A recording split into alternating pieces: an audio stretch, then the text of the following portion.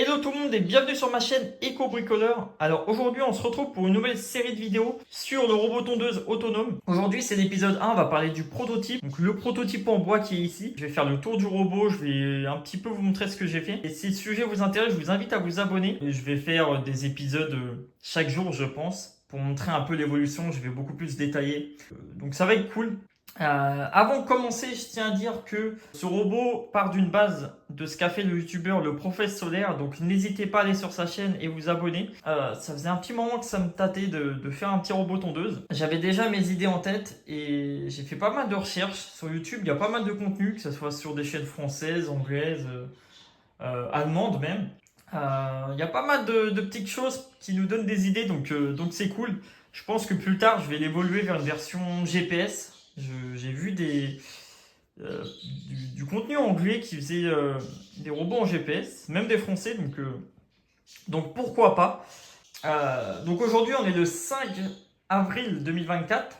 On a passé à peine les giboulées de mars. On a du terrain un peu gras encore. L'herbe est assez haute. On n'est pas dans les meilleures conditions pour fabriquer un robot, on va dire. Mais bon, ça fait rien. Là, il est encore un petit peu sale. Donc c'est parti. Je vais vous présenter d'abord l'extérieur. Et après, on va parler de l'intérieur. On va commencer par la face avant. Pour ceux qui ont reconnu, j'ai dessiné le personnage Tenshin Han de Dragon Ball Z. Pour ceux qui ont la référence, c'est par rapport au capteur. Ça m'a fait penser à un troisième œil. Et voilà, j'ai trouvé ça sympa.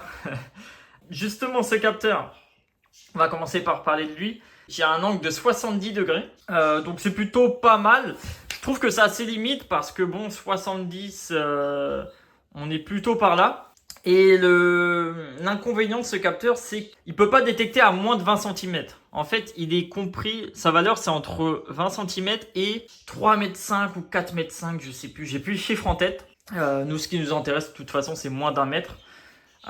Donc voilà, moi d'après mes tests, je sais pas trop. Bon, je l'ai fait tourner que peut-être une demi-heure, une heure pour l'instant, au total. Mais parfois, il avait du mal à détecter. Et du coup, je sais pas, j'hésite à en mettre deux. Je vais réfléchir encore à ce capteur. Mais voilà. Et ensuite, ici, on y retrouve un pare-choc.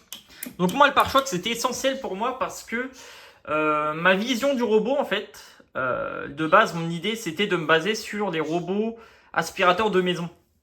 Type, bon, je vais pas citer les marques, mais bon, je pense que tous les aspirateurs robots ont tous un pare-choc, je pense, si je dis pas de bêtises.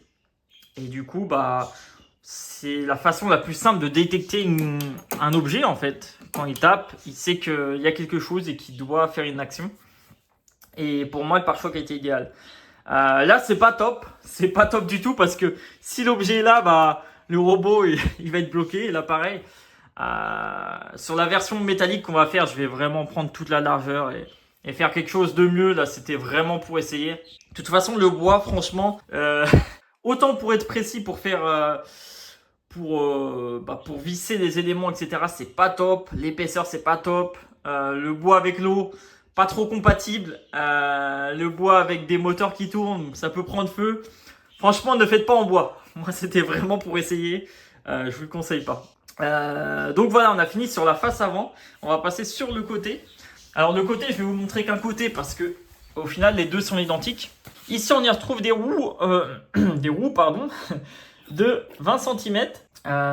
J'avais pris des roues plus petites à la base, mais bon, le robot était trop sur l'avant parce que on va voir après, mais ma roue qui est à l'arrière de guidage, bah je peux pas trop régler la hauteur étant donné qu'elle est directement vissée sur la base en bois.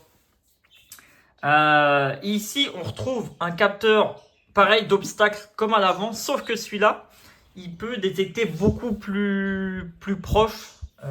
Pareil, j'ai plus les chiffres en tête, mais je crois qu'il peut vraiment détecter des valeurs très proches. Par contre, son défaut, c'est qu'il a un angle de 15 degrés, je crois. Enfin, en tout cas, beaucoup moins que le capteur frontal. Ce qui fait qu'il détecte vraiment les choses en face de lui. Donc voilà, son positionnement, je ne sais pas encore. Je vais sûrement le revoir. Faudrait que je fasse pas mal de tests. Comme ça, je peux déterminer l'endroit optimal. J'hésite aussi à en mettre sur l'avant. Je sais pas, en complément du capteur déjà présent. On verra, ça sera sur les prochains épisodes. Ensuite, sur le devant. Sur le devant, c'est assez simple. J'ai un arrêt d'urgence qui coupe directement le plus de la batterie. Donc en fait, on a un câble du plus de la batterie qui arrive dessus et qui retourne sur le reste du robot. Donc dès qu'on coupe, il n'y a plus de puce sur tous les composants électroniques. Donc c'est simple. À gauche ici, on a un bouton on-off qui sert à alimenter ma Arduino. Il y a un contrôleur de charge, peut-être d'autres équipements. Enfin, lui, il va vraiment servir à démarrer le robot. Et ici, on a un bouton on-off également. Lui, il sert à activer ou non l'alimentation du panneau solaire. Mais pareil, je vais revoir parce que pour l'instant, ça me plaît pas trop. Je pense que je vais rajouter des boutons. Par exemple, des fois, j'aimerais bien l'allumer, mais pas démarrer le moteur de tonte. Ou alors, des fois, j'ai envie de l'allumer pour d'autres choses et je veux pas activer les roues, par exemple. C'est utile quand on est branché sur PC, par exemple. Mais bref, tout ça, on verra plus tard. Donc voilà, on a fait le tour.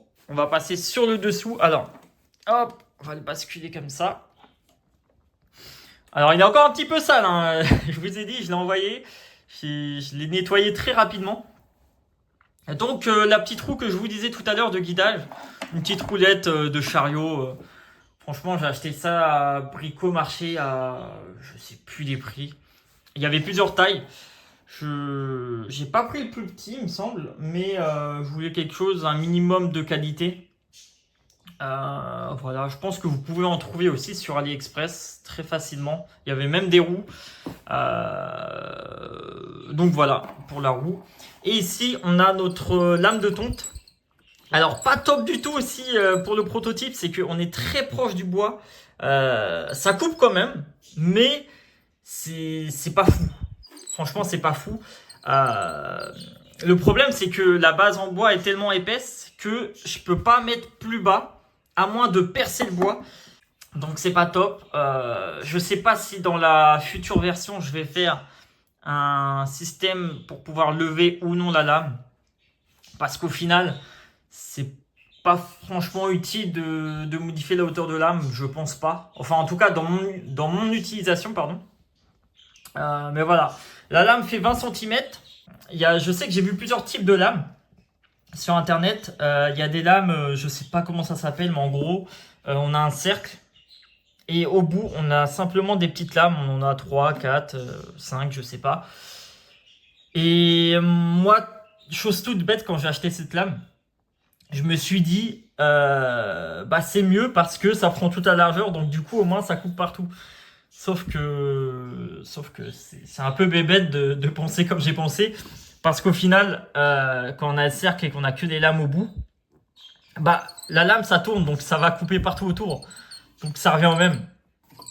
Sauf que là, le problème de ces lames-là, c'est que si l'herbe est vraiment épaisse comme là, par exemple, elle est trempée, c'est gras, c'est le mois de mars encore, mars-avril, c'est pas top. Et ça peut bloquer la lame. Et du coup, le moteur chauffe. C'est un coup à cramer le moteur. Alors quand on est en saison ou que l'herbe est déjà pas très haute, ça va.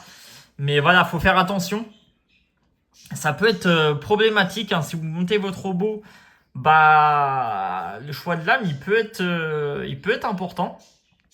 Et pareil, hein, si vous tapez, je sais pas moi, un caillou qui bloque entièrement la lame, je sais pas, il peut y avoir. C'est tout un sujet. Mais voilà, maintenant que j'ai celle-là, on va faire avec celle-là. Donc voilà pour le dessous. Et le dessus, franchement, c'est pas compliqué. On a simplement le panneau. Le panneau qui est un 20 watts et qui fait toute la taille du robot. Alors moi, à la base, c'était pas prévu d'avoir la chance que le panneau fasse pile la taille. Moi, j'ai fait avec des chutes en fait en bois qui me restaient. La base fait 30 cm de largeur sur à peu près 40 je crois de longueur. Et c'était que des chutes en bois qui me restaient, quoi. Donc pile poil pour le robot. Pile poil, enfin pas totalement, il dépasse un peu. Mais voilà. Donc je vous propose de passer sur l'intérieur maintenant. Alors déjà, j'ai fait une ouverture sur charnière. J'ai eu une problématique après mes coupes, c'est que j'ai dû relever parce qu'avec la batterie on passait pas. Pourquoi? Parce que en cours de route, j'ai dû changer les moteurs, on va voir après. Et ça allait plus comme je voulais. J'étais obligé de surélever la batterie et du coup, bah, les côtes n'étaient plus bonnes. Donc, bah, ce que j'ai fait, c'est que j'ai vissé une cale en bois là qui me restait pour pouvoir mettre le panneau dessus, de surélever. Donc, c'est pas top, on a un peu de jour, hein, mais bon. Les prototypes, ça sert à ça, j'ai envie de dire, c'est fait pour essayer. Ici, donc, le panneau, on peut le débrancher, donc c'est sympa. Après, on est sur charnière, il n'y a pas forcément l'utilité. Mais pourquoi pas, peut-être que je peux brancher autre chose qu'un panneau, ou alors je peux le débrancher et le brancher sur un autre panneau extérieur. Ça peut avoir son utilité. Moi, pour le moment, non. Mais voilà. Ici, on a une batterie LifePo 4 de 30 ampères, 12 volts. Je l'ai acheté sur Amazon à 80 euros, je crois. 85 euros. Je sais qu'il y a possibilité de faire ses propres batteries avec AliExpress en achetant directement des cellules, un BMS, etc. J'avoue qu'honnêtement, pour ce robot, j'avais pas envie de m'embêter et avoir un bloc tout prêt. Mais il y a des solutions moins coûteuses, hein, très honnêtement. Après, c'est un choix. J'ai fait au plus simple, mais c'est pas forcément ce qu'il y a de moins cher. Après, des batteries, je pense pas que 30 ampères ça soit nécessaire. Je pense que 20 ça peut suffire. Mais bon, 20 en LifePo 4. Parce que au plomb, je pense pas que ça va le faire. Après, à essayer, faites vos tests. Mais voilà, LifePo 4, on est pas mal. En plus, en durée de vie, on est sur au moins 10 ans. Là, on est écrit plus de 2000 cycles. Sachant que très sincèrement, si tu l'envoies que une fois par semaine l'été, franchement, on est à bien plus que ça. Hein. C'est durée de vie au moins 30 ans. Donc voilà, je pense pas que je la changerai cette batterie. Ici, un peu plus bas, on retrouve les moteurs. Alors, ça va pas être évident. On a des moteurs droits qui vont directement sur les roues. Alors, c'est ça que je vous disais. Moi, j'ai dû surélever la batterie. Parce que de base, je voulais prendre des moteurs d'angle comme ça. Je les avais commandés en fait. Et après, j'ai vu des retours de certaines personnes qui disaient qu'il y avait des soucis par rapport à la vis infinie qui est à l'intérieur. Qu'elle faisait que de foirer. Et qu'il y avait des petits soucis avec ces moteurs-là. Donc j'ai changé ma commande en cours de route. Puis il y a aussi que le livreur m'avait toujours rien envoyé au bout d'une semaine. Donc ça m'énervait un peu. Et du coup, j'ai pris ces moteurs qui étaient un peu plus chers, mais qui avaient l'air de meilleure qualité, ils étaient un peu plus puissants. Et franchement, je vous les recommande, hein. C'est de la qualité, ça se sent. Donc voilà, et du coup, vu que les deux moteurs se croisent comme ça, j'étais obligé de surélever la batterie. C'est dommage. Après, heureusement que c'est qu'un prototype. Voilà, ici, on a un autre moteur, un moteur de tonte direct, avec un petit capuchon, c'est sympa, ça permet de cacher un peu les fils, ne pas mettre en évidence le plus, le moins. Après, bon, il suffit de mettre du scotch, mais on a un truc tout propre, donc c'est cool, je trouve. Voilà, qu'est-ce que je peux vous dire? Il est relié ici à un petit variateur de puissance. Ça, pareil, c'était un choix que j'ai voulu faire. Le professeur solaire sur qui je me base, lui, il avait mis un moteur un peu moins puissant. Moi, lui, il avait pris un 785 ou 795, je sais plus. Et moi, j'ai pris le modèle au-dessus de 885. Je crois que c'est ça, ou 895. Il y a plusieurs types de moteurs, en fait, quand on va sur AliExpress. Moi, je l'ai pris le modèle un peu plus puissant. Parce que je me dis, ça peut être cool quand l'herbe, elle est plus haute. D'avoir un peu plus de puissance dans le moteur. Et donc, j'ai ajouté ce variateur de puissance pour me dire... L'été, par exemple, en cas de canicule, quand l'herbe est pas mal cramée, qu'elle est jaune, etc., qu'il n'y a pas grand-chose à couper, bah autant réduire la puissance du moteur, comme ça on consomme moins et on n'a pas besoin d'autant de puissance. Puis ça peut permettre aussi au niveau sonore, enfin ça permet pas mal de choses. En vrai, c'est cool d'avoir cette fonction de réglage. Après, c'est un choix personnel, encore une fois. Niveau fil, c'est un petit peu le bazar. J'ai essayé d'organiser un peu avec des Coulson, mais bon, je l'ai pas fait partout. Ici, on a les contrôleurs de moteur. Alors là, franchement, c'est des héros, hein. Ceux-là, ils peuvent encaisser 43 ampères, en sachant que les moteurs, ils font 1 ampère quelque chose. Au plus haut, je crois que quand le moteur est bloqué, il peut vraiment monter en ampérage, pardon. Je crois qu'au plus haut, on peut monter à 8 ampères. Mais vraiment, quand le moteur est bloqué dans des conditions pas du tout bonnes pour le moteur, et ça les encaisse largement avec ces 2 petits contrôleurs de moteur. Forcément, c'est pas top, 1 par moteur. À la base, j'en avais pris 1 pour les 2, mais ils m'ont envoyé du 12 volts sur l'Arduino, j'en ai cramé 2, j'ai eu pas mal de soucis. J'avais commandé ceux-là avant, en fait, avant de prendre le 1 pour 2 moteurs, et je suis revenu sur ceux-là. Je me dis, bon, c'est plus puissant, mais c'est très bien, je m'en fous, je les ai, ça fonctionne. Je vais pas chercher plus loin. Au moins, ils sont plus puissants, j'aurai pas de soucis à ce niveau-là. Donc, c'est une bonne chose. Ici, j'ai un petit relais 5 volts qui me sert à activer via Arduino le moteur de tonte. Alors, ça va être cool, justement, je vais pouvoir commander le moteur via un bouton. Je pense que ça va être prévu là dans la future version. Même si théoriquement, ici, si je le mets au minimum, le moteur tourne pas. C'est comme ça que je fais d'ailleurs actuellement. Mais par un bouton, c'est plus pratique. Ça évite d'ouvrir, de tourner, surtout quand on veut garder un réglage par exemple. C'est pas top. Ici, on a un contrôleur de charge au moins cher. Hein. Celui-là, il fait 10 ampères. C'est suffisant pour charger la batterie. Donc, mon panneau solaire est raccordé dessus. Après, c'est vrai que j'ai déjà eu des retours là-dessus que 20 watts pour recharger la batterie, c'est long. Et je le confirme, moi, d'après mes estimations que j'ai pu faire. Après, ça reste des estimations. Hein. On est sur du au moins 18 heures pour recharger entièrement la batterie. Quand elle est vidée à 20%, je crois. C'est très long et à voir. Après, pourquoi pas plus tard faire une station de recharge où on peut ajouter un autre panneau extérieur pour l'aider à charger beaucoup plus vite. Ça peut être quelque chose de cool. Je sais pas encore. Bah sinon, vous rechargez directement via une prise. L'idée, c'est pas ça. L'idée, c'est que le robot soit autonome et qu'on n'ait pas besoin de justement le brancher et utiliser notre énergie. C'est qu'il soit autonome complètement au niveau de la recharge, de la décharge, de tout. Mais voilà. Voilà pour ce contrôleur. Et ensuite, notre Arduino qui est ici. Alors bon, c'est pas la marque Arduino, mais c'est la même chose. C'est de la copie d'Arduino, c'est moins cher. C'est une méga. Pas grand chose à dire dessus. Hein. Elle permet de contrôler tous nos équipements, de tout programmer sur l'ordi, de mettre sur la carte, de faire nos branchements sur nos pins. Et voilà, le tour est joué. Et ici, sur le côté, on y retrouve, bon, fixé avec des clous pour le moment, nos capteurs, là, justement.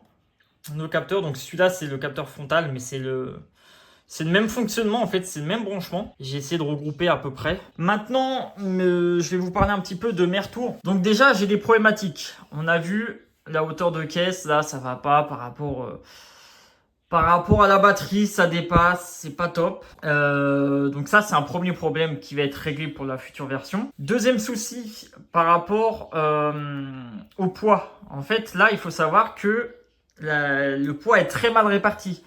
Ici, on a le poids de la batterie, le poids des 2 moteurs, le poids de ce moteur. Ce qui fait que un bon 80% du poids est à l'avant et à l'arrière, on n'a rien. On a juste ça pèse que dalle. Ça, c'est des petites cartes électroniques, on n'a rien en fait. Et le problème, c'est que si le robot est trop en descente, et le robot peut se casser la goule en avant, quoi. Donc, c'est pas terrible du tout. Ce que je vais faire, je pense, pour la version métallique, c'est que la batterie, là, je vais la coucher, je vais la mettre dans le fond. Comme ça, ce moteur-là, ça va me permettre, le moteur de coupe, là, ça va me permettre de l'avancer au maximum. Moi, l'idéal, en fait, c'est que le moteur de coupe s'arrête vraiment pas très loin du bord là, pour que le robot puisse aller au plus proche. Parce qu'en fait, plus votre moteur de tonte est loin, plus il va vous laisser beaucoup de bordures autour du terrain. Donc en fait, c'est dommage.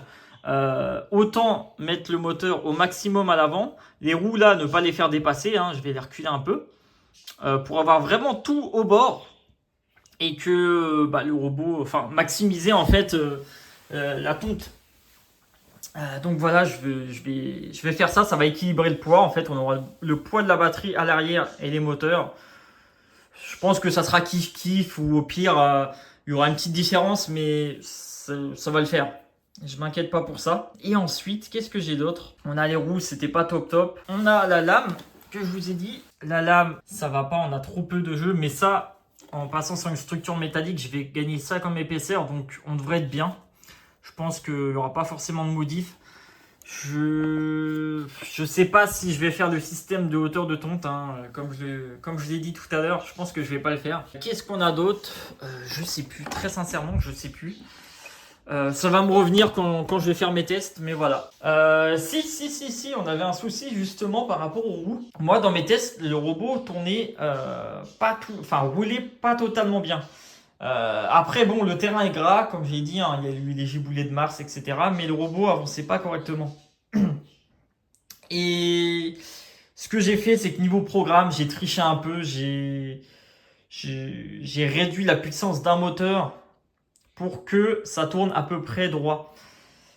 Mais ce souci, il est lié par rapport au bois en fait.